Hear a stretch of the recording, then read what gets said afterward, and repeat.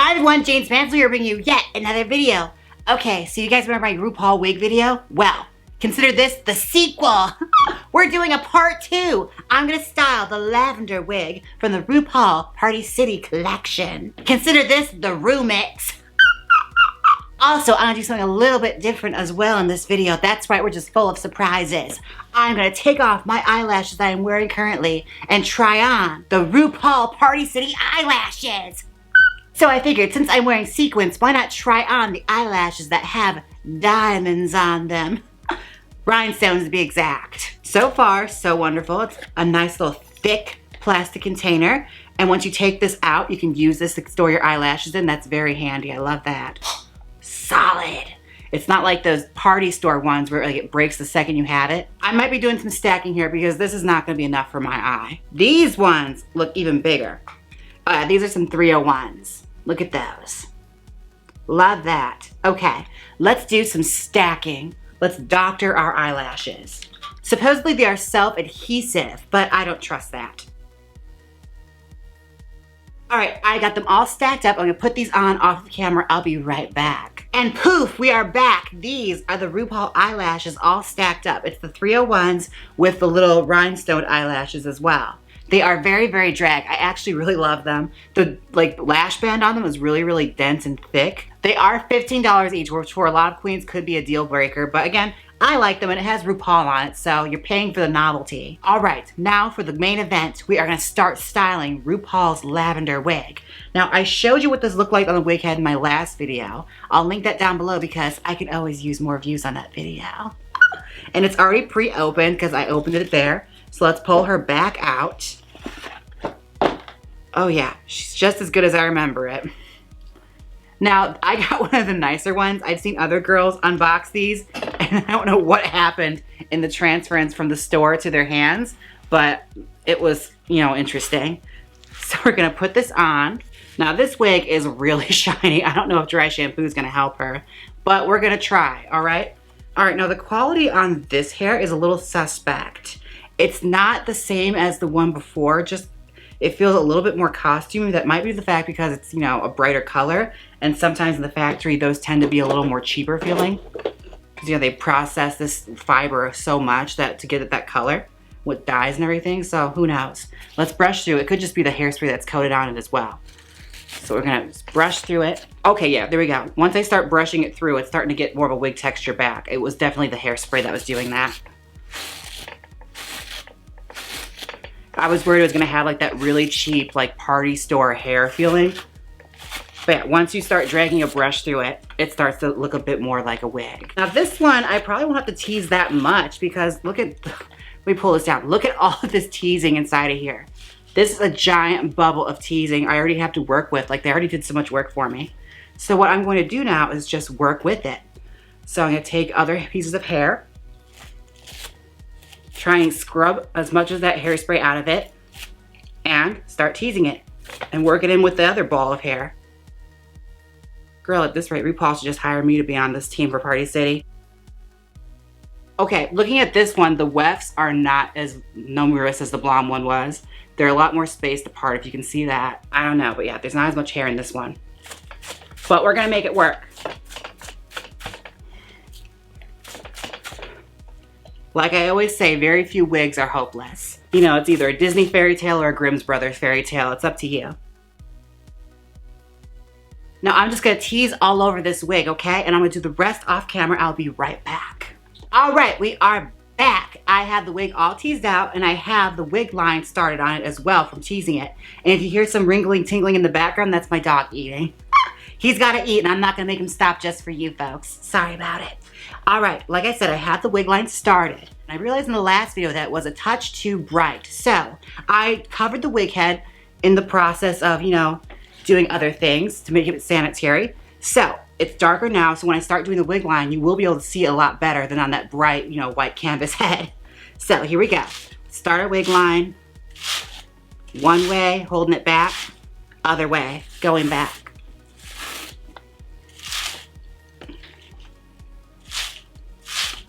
Edge of the brush, one way, edge of the brush, going that way and holding it. And we got a good line going. You gotta go in with lots of hairspray.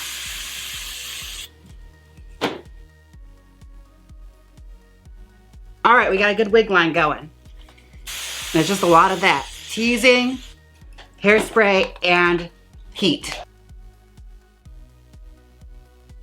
And like I said before, if you did it right, when you start brushing this section right here, this shouldn't go anywhere. Like, it shouldn't disturb this portion here. This should stay stiff because we've built up lots of teasing, hairspray, and basically cooked the hair into that position. All right, I have this section started. I'm gonna do the rest of this off camera and I'll be right back again. All right, you guys, I have the hairline almost completed. Like I said, it's just a long time of teasing back and forth. And if you didn't get it clearly, I am going one way and then the other way against the teasing that we like matted down here. So you mat it down and then brush it one way, brush it the other way. And when you're brushing it the other way, you hold it down like that. And you're basically just making it split so it creates sort of like a flattened surface. That's gonna create the illusion hairline. And that's how you get these hard front wigs to have a more believable hairline. This is the way you had to do it. And once you're close to finish, we're gonna make sure we keep it still. Use some Pump It Up Gold. And be careful when you do this next part. When you have it sprayed with your glue spray, use the low setting. You don't wanna do the high setting because it could burn the hair and you get like crispy critter hair. I did it a little bit here, and you can see it. The hair is kind of rippled. You don't want that. You want it to be nice and smooth.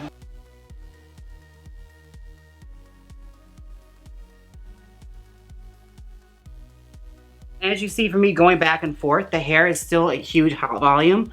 Also because of that giant bump that was in the wig to begin with. Like you can see the back of it. The bump is still there.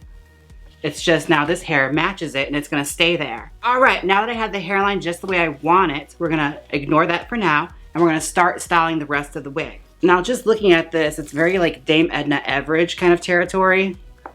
So I'm thinking something along the lines of like a flip or a French twist. On the box, she has a French twist. So we're gonna try and get as close as we can to that, like an elevated version of the one on the box, where our queen's actually wearing it.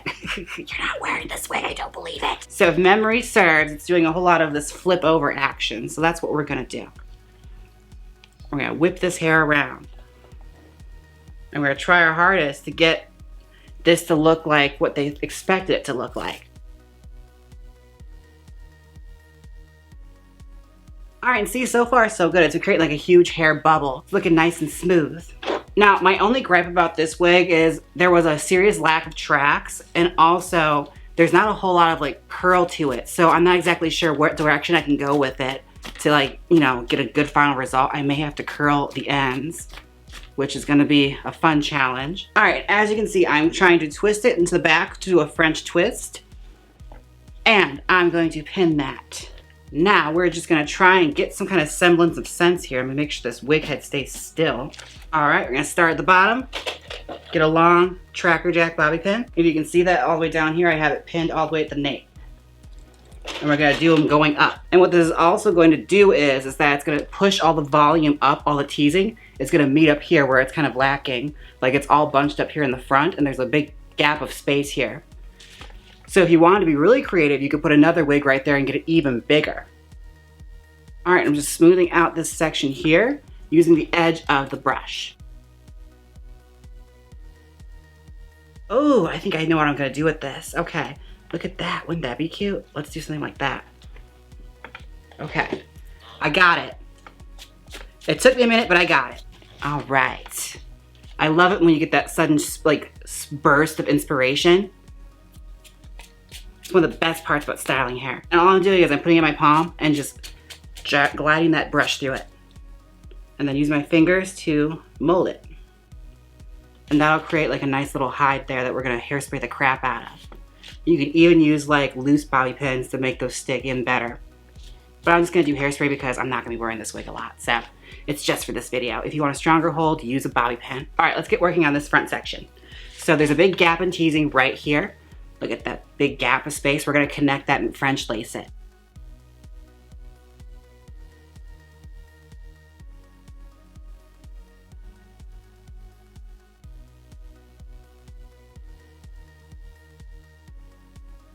All right, what I'm gonna do here is create a wave. Let's show you the molding of the wave quick.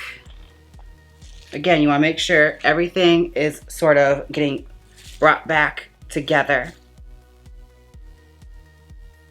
I use my palm to hold back those little pieces of hair that are keeping our bobby pins disguised as I smooth out this back to get it cleaner. Oh yeah, that's gonna be gorgeous. Look at that. Just for molding it with my fingers. That's got a beautiful wave to it, that little S. And you see, it's just a matter of me just molding it with my hands and hairspray. Using my fingers to pick it out. When the hair is like this hair is kind of old, it feels like it's got kind of an older quality to it. It feels a bit more worked because I did all that all that teasing and all that hairspraying to it. So it's willing to mold into like more shapes than you would expect it to. All right, I got a good thing going here. I'm just gonna do an S flip and I'll be right back. I'll do the rest off camera. All right, I'm doing a bit of a haircut to it because it's a little long and a little hard to style. So, haircut. Okay, a little inconsistent, but that's fine. We can have that work in our favor. Brush this so that we can get some kind of a fun flip with this going. Digging in with my fingers and trying to mold it into a direction I like. All right, and now for real now, I'm gonna come back after I do the rest off camera and I'll cut this and show you the wig. All right, she is all styled. This is the front and this is the back. She is a cute French twist with a nice little 60s flip, kind of like Velma Von Tussle in the original Hairspray, the Debbie Harry role, if she got older and dyed her hair lavender. All right, now we're gonna do the front and cut the wig line. Now I'm gonna do it on the darker wig head so you guys can actually see it this time. Because yeah, looking back at that video, I was like, James, they can't see that. So we're gonna take little bites. And I always start, with a little bit more because when you put it on your head, you're gonna adjust it to your own head. So you wanna have more to cut away than have too less. Otherwise, it's not gonna work for you. You're gonna have to give the wig to somebody else with a smaller head. I'm using applique scissors. If you have like little tiny pinking shears, those will work too. Or cuticle scissors. Yeah. Turn it and pull away my rubbish.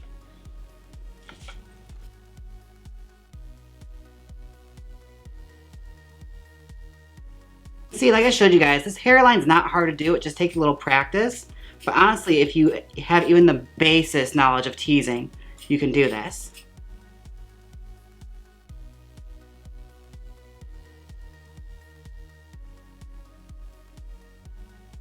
And of course, this is not the shape of anyone's head. So to get the best measurement to your head, you have to put it on. And that's exactly what I'm gonna do. I'm gonna put this on and finish cutting the hairline on my head.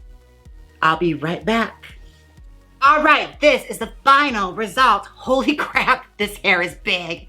Okay, so that teasing that was in there got it like huge. Like this is how much volume it got from one wig. And I did the rooted hairline to it, so it looks like that. And I did a French twist with a nice flip on the side. It's very Velma Von Tussle from Hairspray. Now this was the original wig idea. And it's fair to say I took it in an entirely different direction. But I'm not mad at it. It's very, very drag.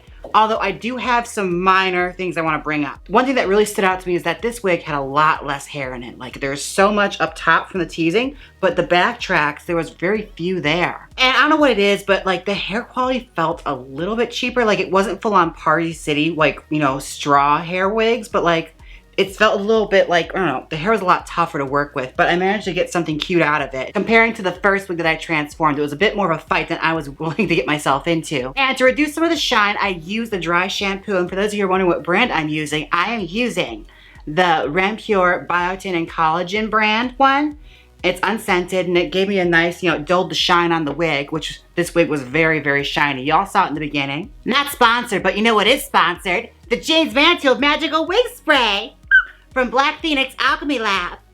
Now this wig is just missing one more thing, the scent of cream soda.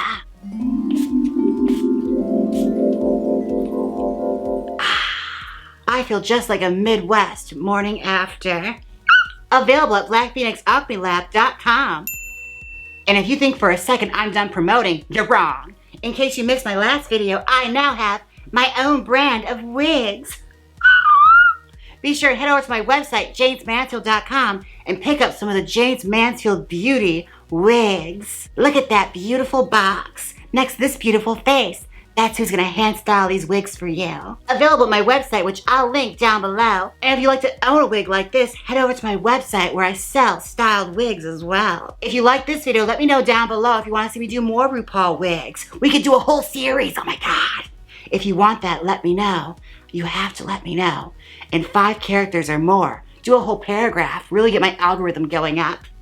Don't forget to like, comment, and subscribe. And if you didn't like this video, hit that dislike button twice. And until next time, bye! Click here and see me style my own wig from my wig line, Jaymes Mansfield Beauty. Or see me style the polished platinum blonde wig from the RuPaul Party City collection. Come on, click it. You know you want to. If you don't click it, I'll lure you into the sewers with the promise of balloons and paper boats. So click it!